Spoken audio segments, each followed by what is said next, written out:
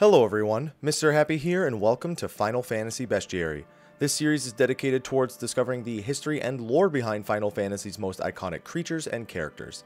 This episode we will talk about a paralyzing opponent, the Coeurl. Coeurls, also known as Toramas, are cat-like creatures that usually have long whiskers that almost appear tentacle-like.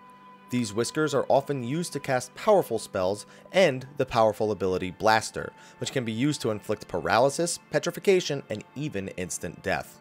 They are often seen laying down when encountered in that classic cat, I'm just gonna chill here stance, but some games portray the deadly feline standing upright, revealing the creature to be much taller than normally seen. Their fur comes in many colors and patterns, though a more leopard or cheetah-like fur is among the most common. Despite their appearance when full-grown, Coeurls can be quite cute when they are still young kittens. The Coeurl creature itself originates from two places. One is an alien race from the science fiction writer A.E. van Vogt, while they are also present in Dungeons and Dragons. Almost every RPG inspiration dates back to D&D, so that really shouldn't be a surprise to anyone.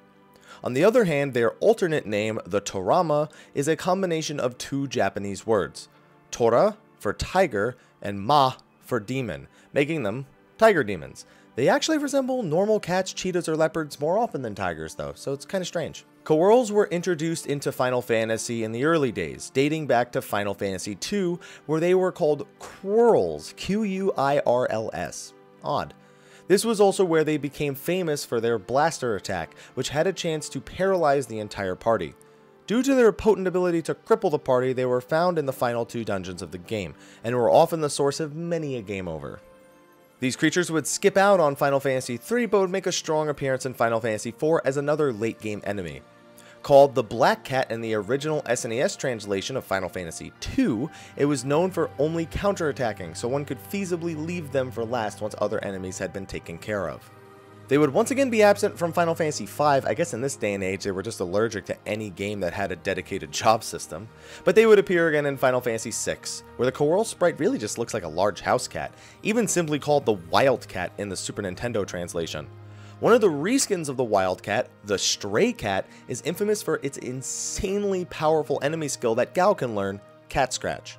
In Final Fantasy VII, Coeurls are neutered a bit, as they are a fairly early game enemy with pretty low health. Final Fantasy VIII would return them to some glory, giving the Coeurls a standing stance for the first time in the series when they were low on health. The standing form would cause the Coeurl to begin to use physical attacks instead of magic attacks. Final Fantasy IX Coeurls, on the other hand, just named Toramas, nothing too special about them. Final Fantasy X, on the other hand, saw several incredibly dangerous iterations of the Coeurl after you begin encountering them in the Calmlands. They have decently strong magic and healing, but their defense is low to compensate. On top of their blaster attack, which deals high damage in this game, they can also use Death Blast with a high chance of instantly killing their target. A superboss version called the Coeurl Regina is also present. While much weaker than a bunch of the other superbosses, only sporting a mere 380,000 health, it has access to the Hyper Blast attack, which has a 100% chance to kill an opponent, even if they have the Deathproof status, since it completely ignores death immunity.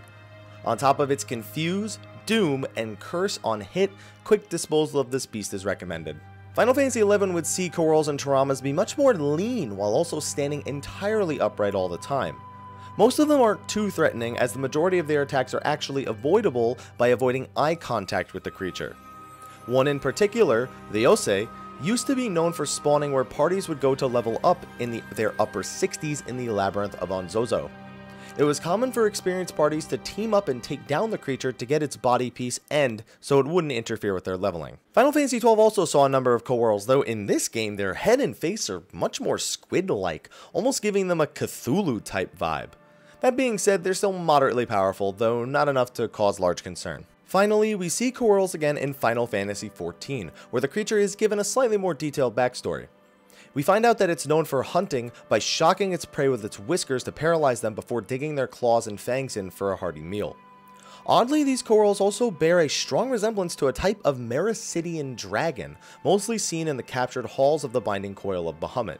Despite their ominous demeanor, there is a mount version that is obtainable by the players by upgrading their initial version of the game to a collector's edition, as well as the very cute Coeurl kitten and black Coeurl minions. Now, like most Bestiary entries, we'd be here all day if I tried to cover their appearance in every Final Fantasy game.